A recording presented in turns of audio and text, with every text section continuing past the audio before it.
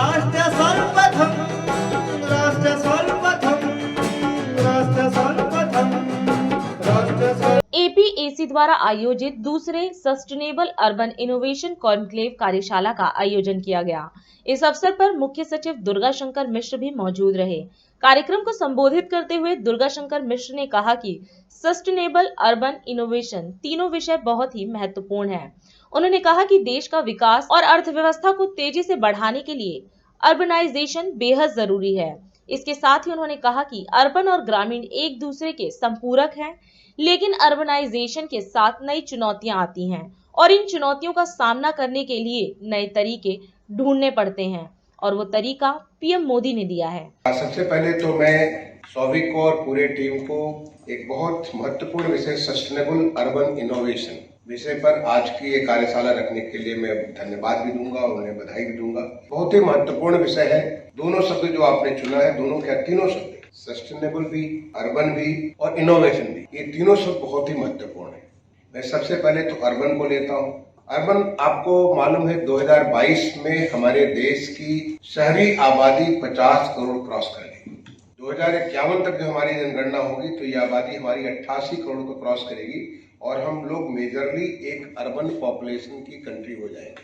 हम छोटे थे तो हम पाते थे कि हिंदुस्तान की 78% आबादी ग्रामीण क्षेत्र में रहती है। अर्बन एरिया जो है they are the engines of economic growth. अगर हमारे देश को तेजी से विकास करना है, अगर देश की अर्थव्यवस्था को तेजी से बढ़ना है तो अर्बनाइजेशन, जो दुनिया का एक्सपीरियंस कहता है कि अर्बनाइजेशन मस्ट है, उसके बगैर विकास तेजी से नहीं हो सकता है। इनफैक्ट अर्बन एंड रूरल दोनों एक दूसरे पे संपूरक है, दोनों एक दूसरे को सर्विस करते हैं, एक दूसरे को सपोर्ट करते हैं। लेकिन अर्बनाइजेशन के साथ साथ नए नए चैलेंजेस आते हैं। जो लोग अपनी, चाहे वो शिक्षा के बारे में, स्वास्थ्य के बारे में, रोजगार के बारे में, व्यवसाय के बारे में एक नई व्यवस्था को अपनाने के लिए पहुंचते हैं, उन्हें तमाम सारी चुनौतियों से जूझना पड़ता है। इसलिए इन चुनौतियों से जूझने के लिए हमें नए तरीके ढूंढने पड़ते हैं और वो तरीका पिछले 10 साल में बहुत अच्छे से ढूंढा है। माननीय प्रधानमंत्री जी ने हमें एक राह दिखाया स्मार्ट सिटी का। जब 2014 में माननीय प्रधानमंत्री जी ने कहा कि हम 100 शहरों को स्मार्ट सिटी बनाना चाहते हैं, आज हमारा देश स्मार्ट सिटी के माध्यम से मिशन टू मूवमेंट, हम हर शहर को स्मार्ट बनाना चाहते हैं। और स्मार्टनेस क्या है? स्मार्टनेस है जिसको माननीय प्रधानमंत्री जी ने 25 जून 2015 को जब लॉन्च किया था स्मार्ट सिटी मिशन विज्ञान भवन से, तो उन्होंने एक 2-3 शब्दों में कहा था, स्मार्टनेस क्या है? Getting more from less. हर एक सेक्टर में getting more from less. Infrastructure के बगैर कुछ संभव नहीं है, लेकिन इंफ्रास्ट्रक्चर पे एक टेक्नोलॉजी का ऐसा लेयर हो जिसके उससे आप ऑप्टिमम यूटिलाइजेशन हो। ये हमारे स्मार्ट सिटीज की लर्निंग है।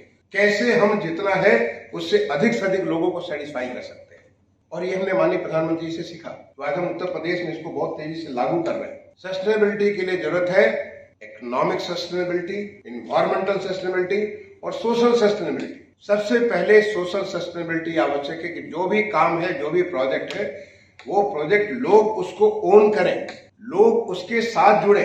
इतने सारे परिवर्तन, इतने सारे चेंजेस हो रहे हैं।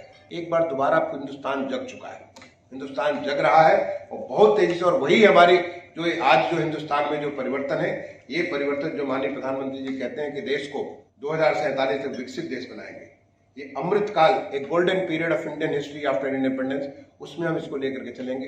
या हमारे प्रदेश में माननीय मुख्यमंत्री जी बात करते हैं हमें कि इसको जो है एक लक्ष्य देके रखा है कि हमसे $1 ट्रिलियन इकोनॉमी बनाएंगे। हम हर सेक्टर को ग्रो करेंगे, और जब सेक्टर को ग्रो करेंगे, growth with environment, growth which is sustainable, growth which is long term, which will be with the people, for the people, by the people, सारे के सारे लोगों को साथ जोड़ करके तब वो जो ग्रोथ होगा वो ऐसा ग्रोथ है जो सस्टेनेबल ग्रोथ होगा, शाश्वत ग्रोथ होगा। और यही मैं समझता हूँ कि आपका जो सस्टेनेबल अर्बन इनोवेशन का जो आपका जो ये कॉन्क्लेव है, मैं समझता हूँ कि आज पूरे दिन भर के डिस्कशन में ऐसी बहुत सारी बातें निकलेंगी जो उपयोगी होंगी प्रैक्टिशनर्स के लिए, जो उपयोगी होंगी टेक्नोलॉजी के लोगों के लिए। उनको इंसाइट मिलेगी कि हम क्या करें, टेक्नोलॉजी का करें कि जिससे कि माध्यम से हम लोगों को इसके साथ जोड़ सके, जिससे कि हम जो हमारा लक्ष्य है बाई 2070 जीरो कार्बन इम्प्रिंट, हम उस लक्ष्य को हम लोग प्राप्त कर सके।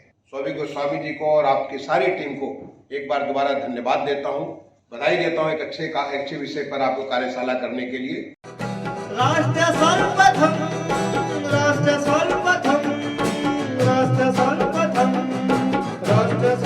हम